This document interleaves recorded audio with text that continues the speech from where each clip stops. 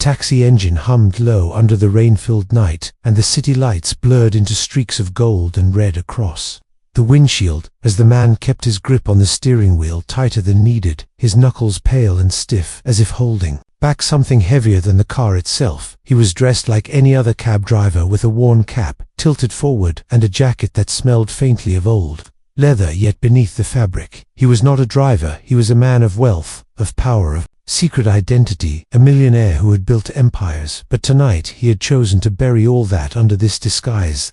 Boy in the back seat sat quietly, his head leaning against the window, raindrops chasing each other down the glass. His small hands clutched an old backpack, its seams frayed, his eyes staring at the night. Without really seeing it, there was no spark in his gaze, only a tired sadness that seemed far too heavy for a child to carry. The man in the front glanced at him through the mirror, and his chest tightened because this boy was his son, and yet the boy did not know. The rain tapped harder, and the wipers dragged across the glass in slow, tired sweeps. The father's thoughts battled with his heartbeat. Why did it come to this? Why had he become a stranger in his own child's life? The disguise was meant to bridge the distance, to let him step close without the armor of wealth and power. And now here he was driving his own son through streets that smelled of wet asphalt and old secrets. The boy finally spoke, his voice quiet, almost swallowed by the rain. "I hate rich men," he said, without looking up. The words landed heavy and sharp inside the father's chest. "I hate them because they think they own everyone.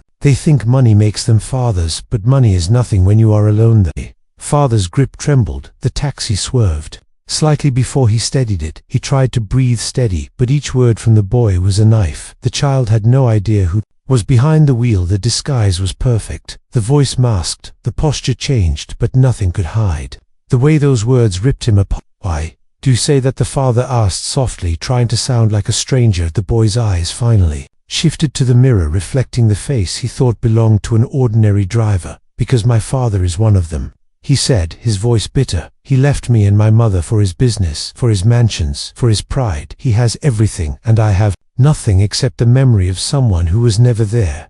The rain outside felt like it had grown colder. The father's throat tightened. He wanted to shout his truth, to tear off the disguise and beg forgiveness, but his heart told him this was the raw truth his son carried, and to reveal himself now would only make the wound bleed deeper. The boy hugged his backpack tighter and whispered, "I sometimes wish you would just ride in a taxi with me one day, not as a rich man, not with guards or suits, just as a man who cares. Maybe then I would know if he ever loved me." The words broke him. Tears welled in the father's eyes and blurred the neon lights outside. He pressed his lips together to stop the sob building in his chest. He had built skyscrapers and conquered markets, yet here, in the back seat of his own taxi, sat the one soul who could undo him completely. The silence stretched heavy between them, the only sound, the rain and the tired hum of the engine. The father swallowed hard and asked gently, "Do you think he could change if he wanted to?" The boy shook his head quickly. "People like him never change. They are too proud to see what matters."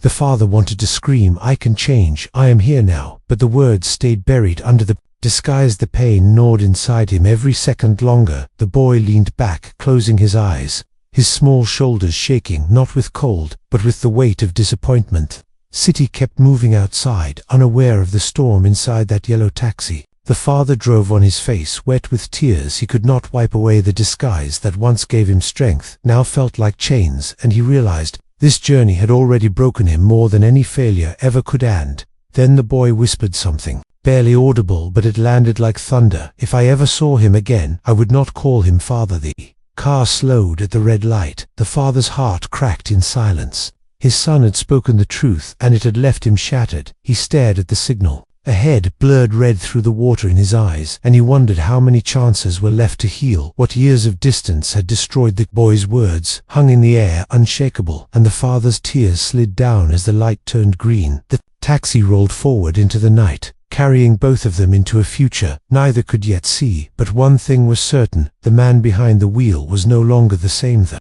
part ended here, with his heart crushed and his soul trembling with a question that would not let him sleep. What now? The rain had not stopped by morning. It painted the streets silver and grey, as if the city itself was weighed down by sorrow. The man sat behind the wheel of the taxi again, his eyes swollen from the night. He had barely slept. Each word from his son echoed endlessly inside his chest every sentence sharper than the last. He felt like a stranger to his own blood, and though he wore the disguise of a driver, it was the truth that truly masked him a father, who had lost the right to be called one. The boy had left the taxi the previous night, without ever knowing who had driven him home.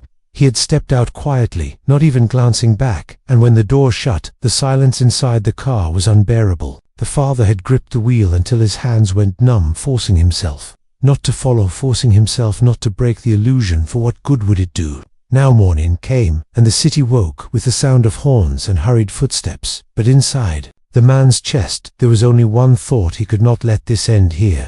He had wealth that could build bridges across oceans, but wealth could not fix the bridge between him and his son, unless he proved he could walk across without using gold bricks, unless he proved he could be human again. So he kept the disguise. He drove the taxi through streets he had never truly seen, though he owned half the skyline. The smell of coffee from street vendors, the shouts of workers loading crates, the laughter of children running through puddles, these were details he had forgotten behind glass towers and marble floors, and as he drove he wondered how much of this his son had lived while he was trapped in boardrooms chasing numbers by noon. He parked near the school where he knew his boy studied. The rain had eased into a mist, and the gate was crowded with children, some running to parents, some waiting alone. He spotted his son leaning against the wall, his backpack loose on one shoulder, his hair damp. He looked smaller somehow than he remembered, smaller and lonelier. The father felt the ache rise again, but he forced himself to breathe steady. He could not reveal himself, not yet. He had to learn. First he had to listen. The boy got into the taxi without hesitation. He thought it was just another ride. He gave the address flatly and stared out the window. The father's throat tightened, but he kept his voice calm, rough. Like the driver, he was pretending to be rough enough to hide the tremor inside. Rough day, he asked, trying to sound casual. The boy shrugged. Just another day, where no one sees you, where teachers act like you are invisible, where you go home to Son's father gripped the wheel harder. The boy's voice carried so much weight and bitterness for someone so young. What had he done by choosing wealth over presence? He had left a scar that money could not heal. "Do you live with your mum?" the father asked. Carefully the boy nodded. "She works too much though. Always tired, always worried, she says. We are surviving, but it does not feel like living sometimes. I wish I could just disappear." The words were soft, but they struck like a storm. The father felt his chest collapse inward. The desire to reach back, to hold his son, to tell him he was not alone, nearly tore through the disguise, but he swallowed the urge instead. He asked gently, "And your father, does he visit?" The boy laughed bitterly, a sound too sharp for a child. "Only in the news, only in photos, with strangers, only in places where I will never be. He is just a name to me, a ghost with money that I will never touch." The father could not answer. His tears blurred the road, but he blinked them back because the boy could not see the weakness of the driver he thought was a stranger. He had to carry this secret, even if it burned him alive. The boy pressed his forehead against the glass and whispered, "I used to imagine he would come to school once, just once, and sit in the back like other dads. But he never did. I stopped waiting." The silence between them grew heavy again. The father wanted to scream, but his voice stayed trapped beneath the mask.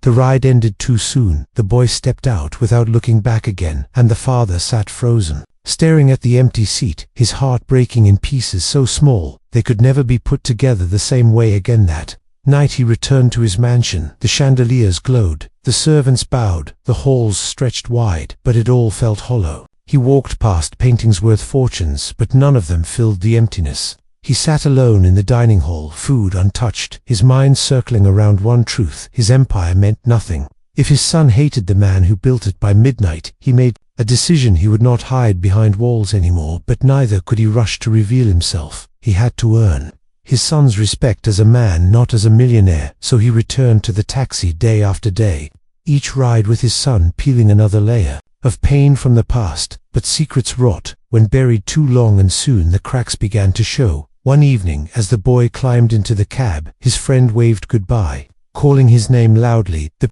father froze because the name pierced deeper than the disguise. His boy's name was the only sound he had yearned to hear, and yet it cut him raw, because it belonged to someone who did not see him as a father. The boy noticed the driver's pause and frowned. "You looked like you knew my name." How the father's chest tightened. He forced a cough, trying to cover the slip.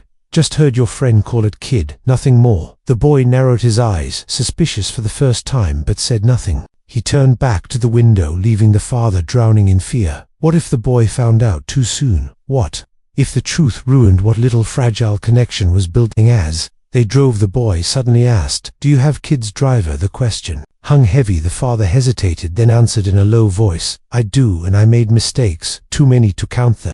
Boy looked at him through the mirror for a moment. There was silence. Then the boy whispered, "Maybe they hate you." The father's lips trembled, but he said softly, "Maybe they do." The ride ended again, and the boy left. But that night the father broke. He locked himself in his study and cried against the desk. The papers and contracts beneath his tears. He thought of revenge against himself, against the man he had become. He thought of ways to erase the millionaire, to live only as the driver. But empires are not shadows that vanish easily, and secrets are not walls that stay unbroken forever. Because outside his gates someone was watching. A journalist, hungry for scandal, had traced whispers of a billionaire living a double life, and soon the disguise would not be his secret alone. Soon the world would know that the man who built glass towers had been reduced to a taxi driver to reach the son, who no longer called him father. And in that shadow of exposure, the question loomed heavier than ever. What now? The night stretched darker than usual, as if the city itself knew a storm was coming, not of rain this time, but of truth. The man sat in the taxi again, his cap pulled low over his eyes, the disguise growing heavier each day, because the closer he drew to his son, the harder it became to keep the mask in place. He had survived boardroom battles, hostile takeovers, and betrayal from men in suits, but this disguise was the hardest fight of his life, for it was not about winning, it was about holding on. The boy entered the cab quietly, his backpack pressed against his chest, his face pale with exhaustion, his eyes not from sleep, but from something deeper, a child's wounds that came from absence, more than hardship. He gave the address and leaned against the window, as if every ride home was just another act in a play where silence carried the story. The father cleared his throat, trying to hold steady, but tonight there was tension in the air, not from his son, but from the shadows outside the curb across the street. A man in a coat raised a camera, discreetly flashing once before disappearing into the crowd. The father's heart jolted. He recognized the gaze of predators, not wolves, but reporters, hungry for the scent of scandal. He drove off quickly, the boy hardly noticing, as neon lights reflected off the glass. But the father's chest burned with dread. If they published his secret, it would not only ruin him, it would crush his son. The boy hated rich men already. What would he feel knowing his own father had lied and hidden behind a weak alpha? Boy broke the silence suddenly. Do you ever wonder if the truth is worse than lies? The father almost choked on the words. Fate had mocked him by putting that question on his son's lips. He forced himself to sound calm. Depends on the truth. Sometimes it hurts more than lies. Sometimes it saves. The boy nodded, but his eyes did not leave the window. My mum says truth always wins, but I do not believe it. If truth always wins, why did my father choose money over me? That truth has never saved me. The father's hands trembled. He pressed them harder against the wheel, trying to ground himself. He wanted to scream, "I am here, I chose wrong, but I am here now." Yet the disguise held him prisoner. The taxi stopped at a red light. A car pulled up beside them, tinted windows rolling down just enough for a camera lens to peer out. The father turned sharply, pretending to adjust the mirror, but the flash caught them again. This time brighter. The boy turned confused. "What was that?" he asked. The father forced a laugh. "Nothing, kid, just city lights." But his heart hammered, because this was no accident. The world outside was closing in. They reached the boy's home, and as he stepped out, he turned back to the driver for the first time, with curiosity in his eyes.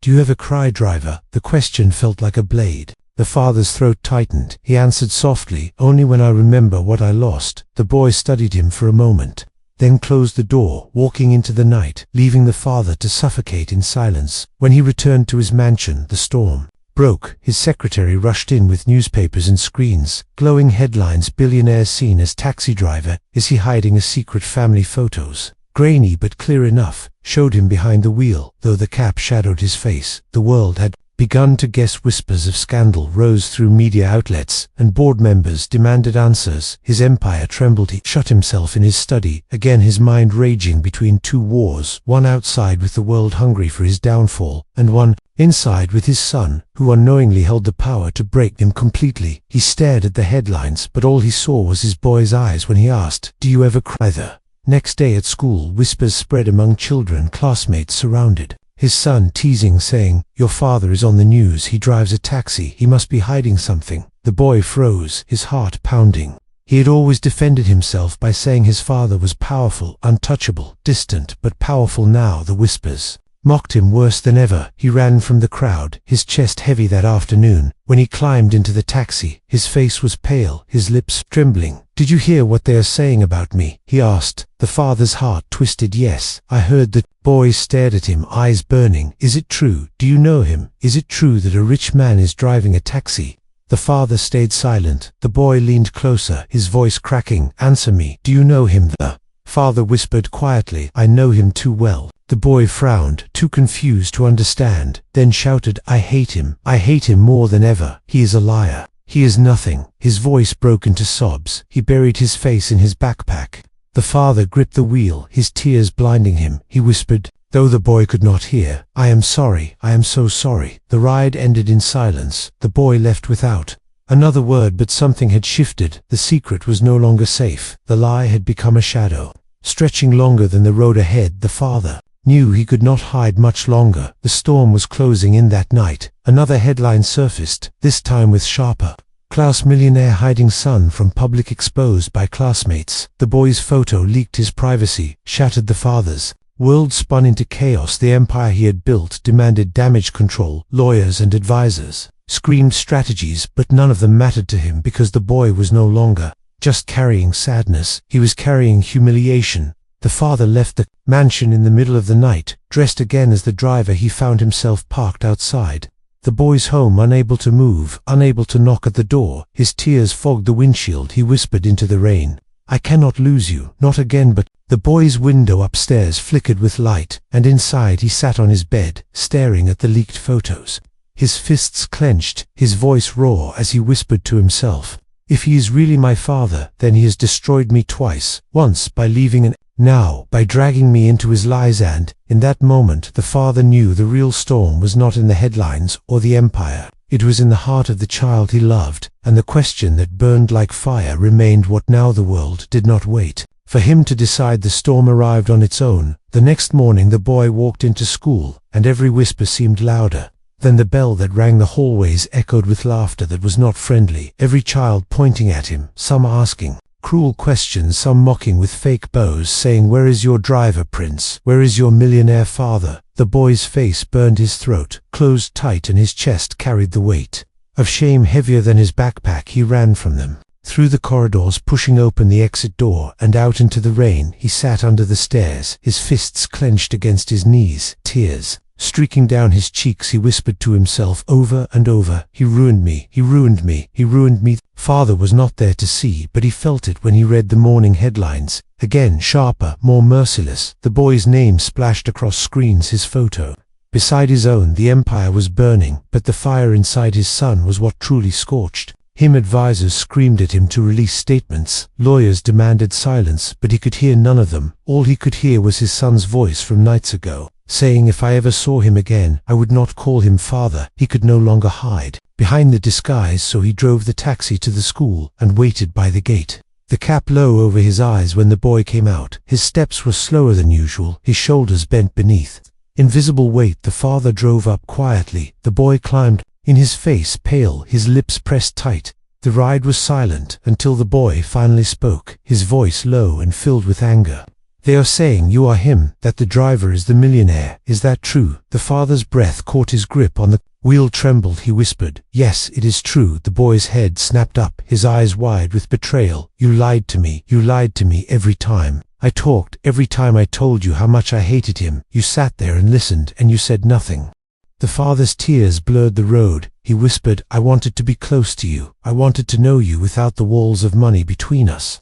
I thought if I came as a man you might let me in." The boy's voice rose, sharp like a blade. "You are not a man, you are a coward. You hid behind a costume instead of standing in front of me. You let me spill my heart to a stranger, but you were not a stranger. You were the one who hurt me." The car swerved slightly before the father steadied it, his tears streaming freely. "I am sorry. I am so sorry. I thought I was protecting you, but I was protecting myself from the truth." The boy slammed his fist against the seat. "You destroyed me. You made me a joke in front of everyone. You left me once, and now you have humiliated me." The taxi slowed near his home, but the boy did not wait for it to stop. He threw the door open and ran into the rain.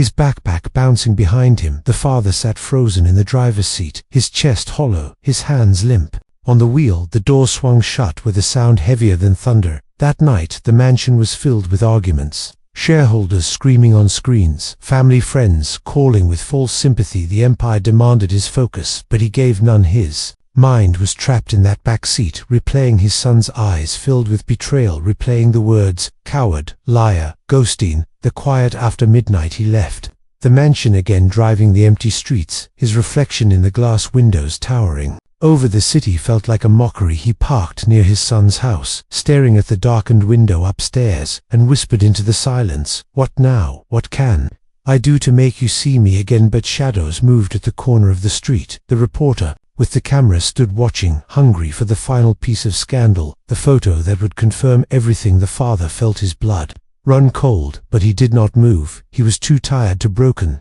The next morning, the boy refused to leave his room. His mother knocked, worried, but he stayed curled on his bed, staring at the photo on his phone of him in the taxi. Beside his father, the caption cruel and mocking, the comments sharper than knives. He whispered to himself, "He ruined me twice. Once when he left, once when he returned at the mansion." The father called his board into a meeting. They expected him to fight for the empire, to defend his name, but he shocked them by saying, "I am stepping down." They gasped. Chaos filled the room, but he only repeated, "I have lost my son, and I will not lose him again. I will give you the company. I will give you the power, but I will not give up the chance to be his father." When the news broke, the city buzzed. A millionaire giving up everything to chase the one thing money could not buy. But to the boy it meant nothing, because his wound was still fresh and bleeding. He did not care for power or empire. He only cared that the man who left had returned with a mask. That evening the father arrived at the house, not as a driver, not as a millionaire, just as a man in plain clothes. No guards, no cars, no disguise. He knocked at the door. The mother opened, her eyes widening in shock, but before she could speak, the boy appeared behind her, his face hard, his eyes red. The father took a step forward, his voice shaking. "I have given up everything. I have nothing now except the truth, and the truth is, I am sorry for every year I was gone, for every lie I told, for every tear I caused. I am not asking you to forgive me. I am only asking you to let me try again." The boy stared at him, his lips trembling, his hands clenched. The silence stretched heavy, the rain outside pattering softly. Then the boy whispered, "You cannot erase the past," and turned away, disappearing into the hallway, leaving the father standing broken in the doorway. The mother placed a hand on his arm, her voice quiet. "He needs time." But time was the one thing the father feared he no longer had, because shadows still followed him, reporters closing in whispers, turning into storms, and he knew if he did not win his son's heart, soon the world would destroy what fragile thread still connected them. And as he walked away from the house that night, soaked in rain and sorrow, he carried one question, heavier than ever: what never? Storm outside was nothing compared to the storm inside the boy's chest. The days after the confrontation felt endless, each hour heavy with shame and betrayal. Every face at school seemed to carry the same smirk, every whisper sharpened into mockery. Whenever he walked into the classroom, silence fell, only to break with cruel laughter. Some calling him the rich man's mistake, others sneering that he was a project to hide scandals, his notebooks filled with scribbles of anger, but no words could capture what was tearing him apart inside. At home he barely spoke to his mother. She tried to comfort him, but her voice could not erase the sting of betrayal. He sat at his window most nights, staring at the street below, hoping the taxi would not return, but deep down expecting it anyway, because liars always came back with more lies. Meanwhile, the father no longer entered his office, his empire already in collapse, board members tearing apart what he had built piece by piece. But he did not care. He had signed the papers, he had stepped down, his fortune was leaking like sand between fingers, but his eyes were fixed only on one thing: the face of his son, the sound of his son's words, I hate him more than ever." The media had not stopped. If anything, it grew worse. Headlines painted him as a fraud. Tabloids claimed the boy was illegitimate. Others accused him of staging the taxi stunt for sympathy. Reporters camped outside both houses, the mansion and the boy's small home, cameras waiting for one photo, one moment to feed the crowd. Came one afternoon when the boy left school, his head low, his backpack clutched tight. A group of classmates cornered him on the sidewalk, their phones out, recording as they mocked him, saying, "Where is your driver, Prince? Where is your liar father?" The boy tried to push past, but one shoved him hard. He stumbled to the ground, his backpack spilling books across the wet pavement. Laughter roared around him and then a taxi screeched to a stop. The door flung open. The father rushed out, his plain clothes soaked by the drizzle, his face drawn with desperation. He grabbed the boy's arms, helping him up, his eyes blazing at the children. Enough, his voice thundered. Leave him alone. The crowd faltered, but the cameras did not stop flashing, recording every second. The boy jerked his arm free, his face burning. Not just from humiliation, but from the touch of the man he hated. He shouted at him in front of everyone. Stop pretending to care. You ruined me already. The silence that followed was heavier than the rain. The father stood, frozen, his chest heaving. The cameras caught every angle, the boy's words echoing across screens. By nightfall, the internet erupted, comments pouring like fire, some mocking the father as pathetic, others pitying the boy, some blaming both. But for the boy, none of it mattered, because in that moment the wound was too raw, too deep, to let healing begin. He locked himself in his room, refusing food, refusing comfort. The father collapsed into the taxi, his tears falling freely, his hands gripping the wheel like it was the only thing keeping him alive. He whispered to himself, I deserve this, I deserve every word, but still, I cannot give up on him, not now, not ever. The next day, the boy's mother called the father in secret, her voice tired, worn. She said, he will not speak to me. He will not eat, he just stares at the wall. If you truly want to fix this, you must show him, not with words, not with money, not with power, but with something real, something that costs you everything. The father listened, his heart pounding. He had already given up the empire. But what more could he lose? What more could he surrender? He realized that answer came not from wealth or sacrifice, but from standing bare with nothing but truth. So he returned that night to the boy's home. No disguise, no guards, no car, just himself. He stood in the rain, knocking until the door opened. The mother let him in, but the boy remained upstairs. The father climbed the steps slowly, each one heavier than the last. He reached the door to the boy's room and knocked softly, his voice breaking. I know you hate me, I know. I ruined everything, but let me speak. Once, just once, face to face, not as a millionaire, not as a driver, but as a father. The boy did not reply. Silence stretched. A father pressed his forehead against the door, tears sliding down. He whispered, when I left you, I thought I was giving you a better life. I thought money could fill the gaps, but I was wrong. I destroyed you, I destroyed myself, and now I stand here with nothing, nothing but the truth that I love you, even if you never call me father. Again the silence broke with the sound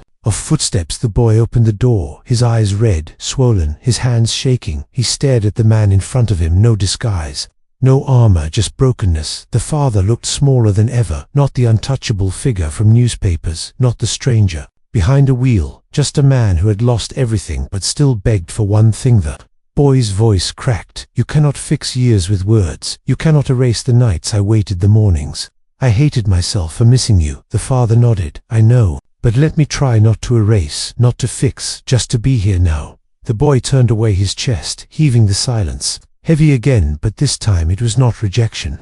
It was something else, a crack in the wall built over years of pain. Yet outside the house, the shadows grew. Reporters had followed the father, cameras ready to record the reunion, the threat of exposure pressing in harder than ever. And the boy knew if he opened his heart even a little, the world would devour it and twist it into spectacle. His fear clashed with his longing, his anger with his need. The father sensed it too. He placed a hand over his chest, his voice low.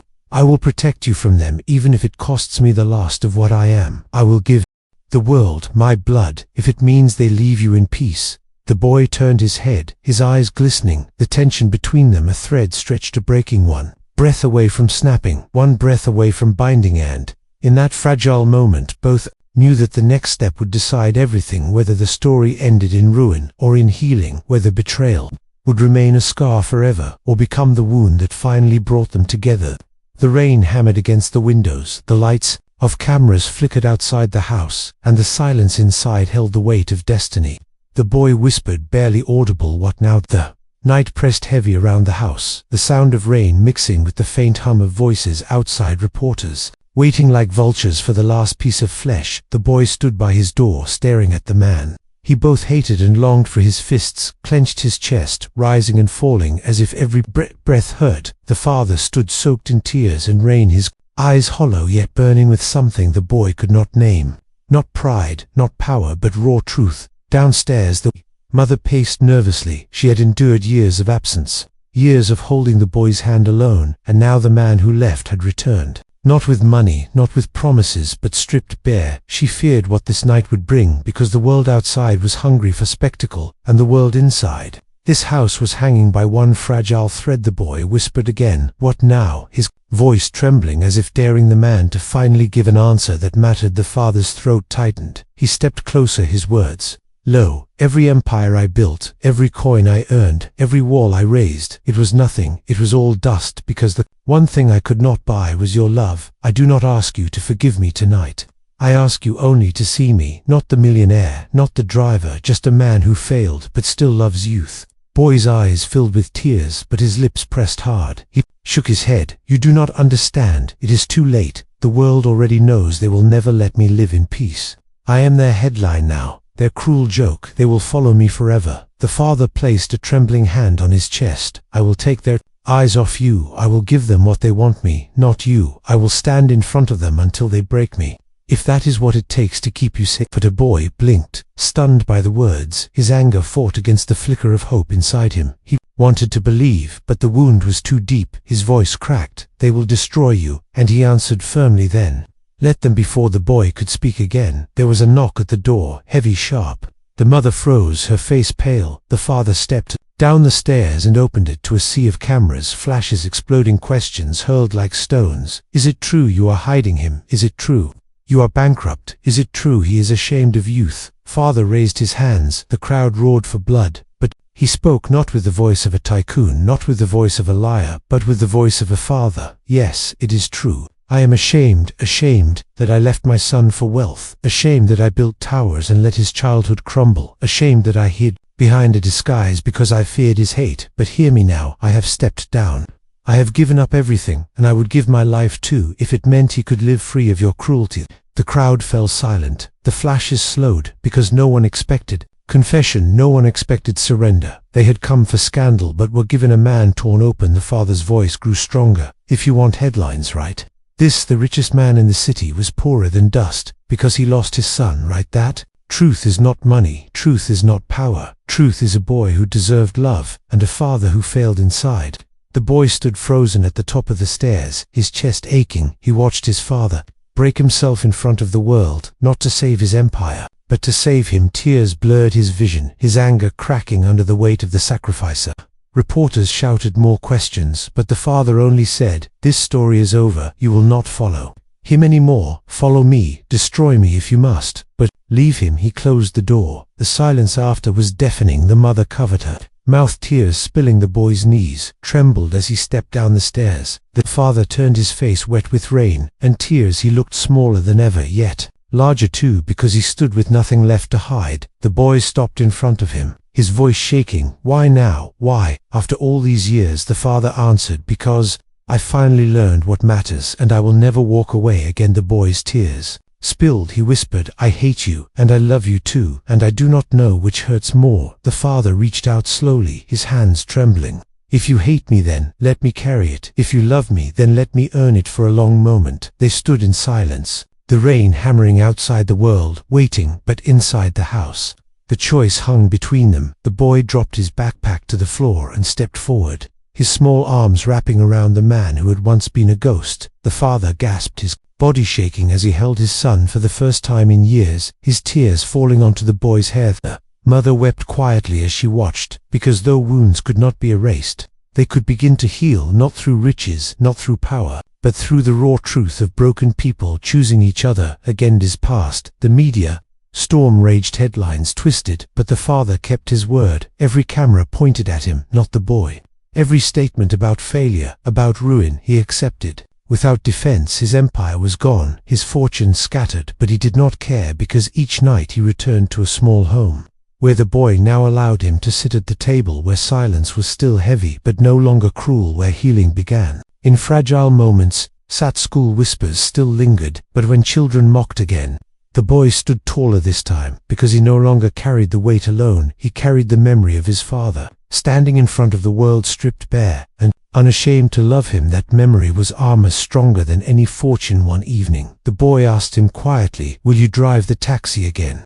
The father smiled faintly. Yes, if you want me to. The boy nodded. Maybe tomorrow you can drive me, not as a disguise, but as my father. The words melted the last of the chains around the man's heart. He whispered, "Thank you." And the boy whispered, "Do not leave again." So the story closed, not with riches restored, not with empires rebuilt, but with a truth deeper than wealth. Sometimes losing everything is the only way to find who you really are. And in that loss, both father and son discovered that love was the fortune no scandal could destroy. The end.